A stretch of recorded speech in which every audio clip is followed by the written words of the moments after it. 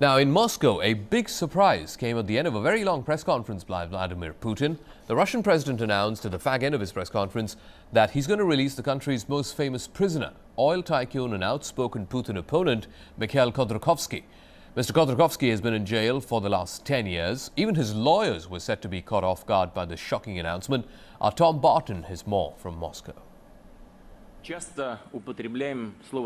Russian President Vladimir Putin mentioned nothing of a clemency appeal during a marathon 4 hours of questions with journalists. But just after the news conference, cameras captured Putin dropping the bombshell that oil tycoon Mikhail Khodorkovsky, his old political foe, jailed for over a decade, is to be pardoned. Quite recently, he appealed to me for pardon.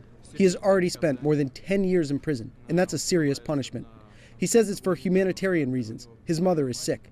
Taking these circumstances into consideration, a decision should be taken, and he will be pardoned in the nearest future. Putin also confirmed a new amnesty measure will allow 2 members of the Pussy Riot punk group to be released from jail, along with 30 Greenpeace activists and other anti-Putin protesters.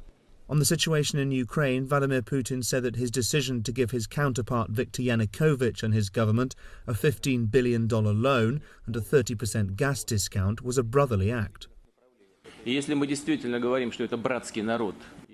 we really mean that this is a brotherly nation and a brotherly country, we have to act as close relatives and support the Ukrainian people in this difficult situation.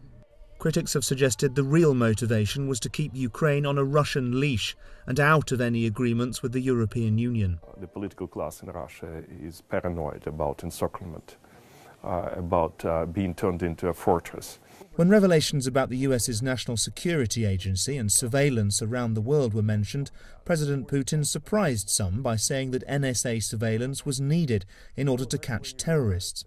But he denied that fugitive super-leaker Edward Snowden, who was granted asylum by Russia in the summer, is being controlled or questioned by Russian authorities. Putin also warned that while not there yet, Russian missiles may be placed in the enclave of Kaliningrad in retaliation for NATO's missile shield being constructed in Eastern Europe. This despite the Russian government saying earlier this year that the missile shield posed no credible threat to the effectiveness of its nuclear arsenal. When it comes to relations with China, Putin reiterated that bilateral cooperation will continue in various spheres, saying it's no coincidence he spent his birthday with President Xi Jinping. Tom Barton, CCTV, Moscow.